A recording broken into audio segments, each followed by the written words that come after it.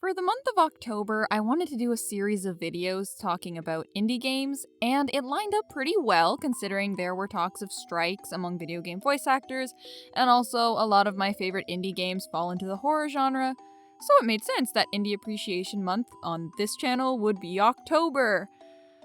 Then I got really busy, and now Indie Appreciation Month is November, and I'll just say I did it because it's my birth month and I wanted to make it special. There we go. In between being really busy, I did a little research on some popular indie games and picked out a few that I hadn't heard of before and a few that I had, and I compiled a list, all of that fun YouTube stuff, and then I decided that I wanted my first video to be about the games that kind of eased me into the indie scene and made me look out for them in the first place. So without further ado, let's get into some game discussions. Yippee!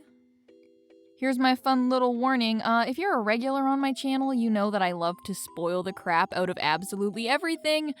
However, these indie game videos are going to be pretty much spoiler free because I want you guys to want to go play the games. So I'm not trying to spoil the entire thing for you. For real now, let's go! Ib is the very first indie game I ever played. I saw my older sister looking at VG Person's website, and I had to be a nosy little shit, so I was like, what's that?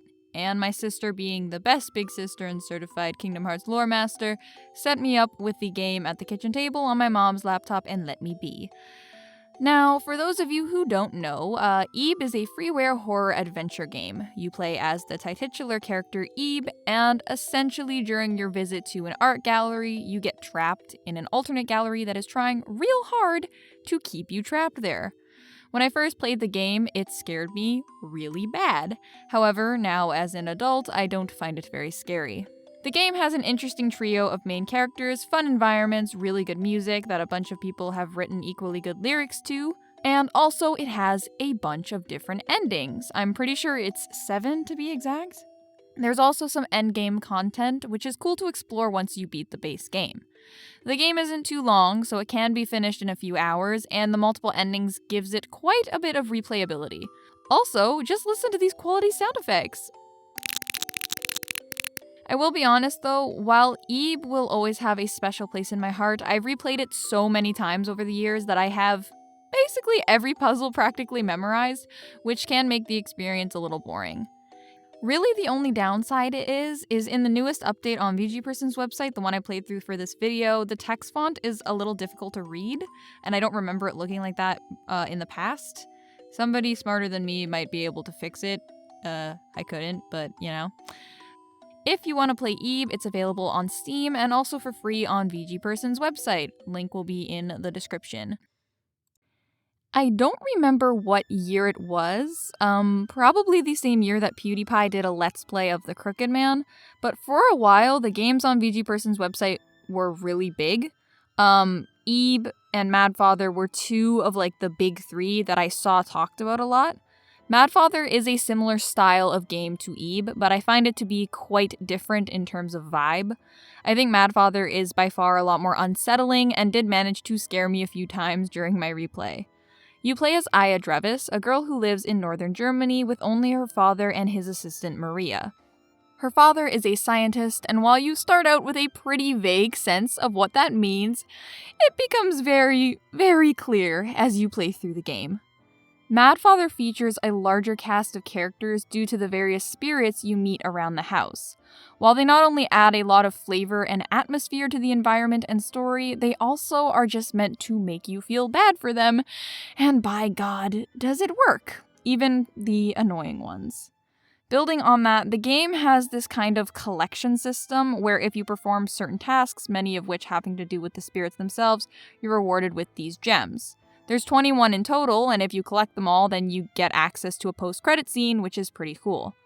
Just for a reference for how long I've been in the Madfather fandom, I still refer to the blonde youth as Dio, even though his official name is now Robin.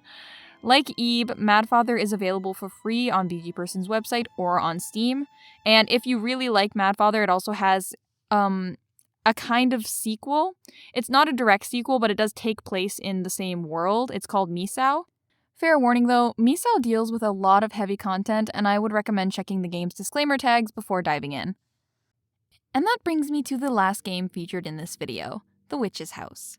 This is the last part of the big 3 from way back when that I mentioned earlier.